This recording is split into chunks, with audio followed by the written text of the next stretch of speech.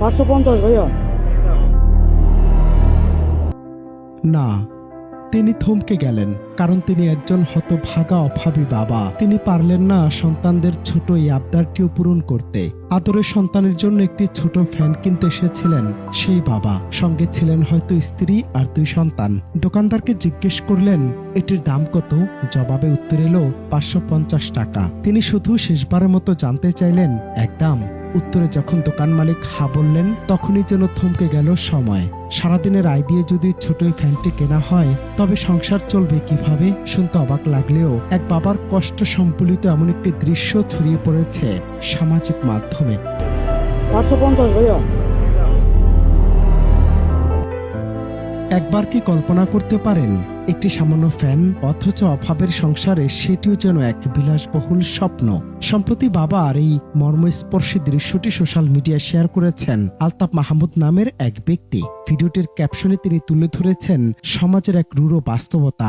গরিবের স্বপ্ন 550 টাকায়ও পূরণ হয় না। টাকার হিসেব বড়ই কঠিন। আর এই একটি বাক্যই যেন নাড়া দিয়েছে লাখো মানুষের হৃদয়। ঝড়ের গতিতে ভাইরাল হওয়া এই দৃশ্য দেখে আবেগে ভাসছেন নেটিজেনরা।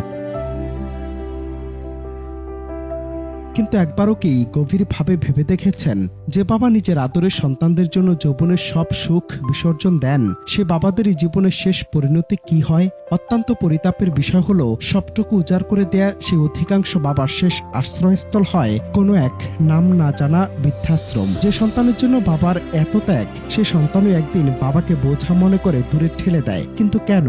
যে বাবা 550 টাকার জন্য সন্তানের আবদার মেটাতে না পেরে নীরবে কাঁদেন, সে বাবার শেষ জীবন কেন এত নিদারুণ অবহেলায় কাটে? প্রশ্ন হাজারো, কিন্তু নিষ্ঠুর বাস্তবতার উত্তর আজও আমাদের অজানা। 550 ভাইয়া। বাবা, ছোট একটি শব্দ, কিন্তু এর বিশালতা যেন আকাশচুম্বী। অনেকেই বলেন বাবাদের নিজেদের জীবনে কোনো ব্যক্তিগত চাওয়া পাওয়া থাকে না। তাদের সব স্বপ্ন, সব সুখ কেবল সন্তানদের ঘিরে আবর্তিত হয়। নিজের গায়ে পুরনো জামা থাকলেও সন্তানের মুখে হাসি ফোটাতে তারা নিজেদের জীবনের সব সুখ আর আরাম ইচ্ছেগুলোকে হাসি মুখে বিসর্জন দেন।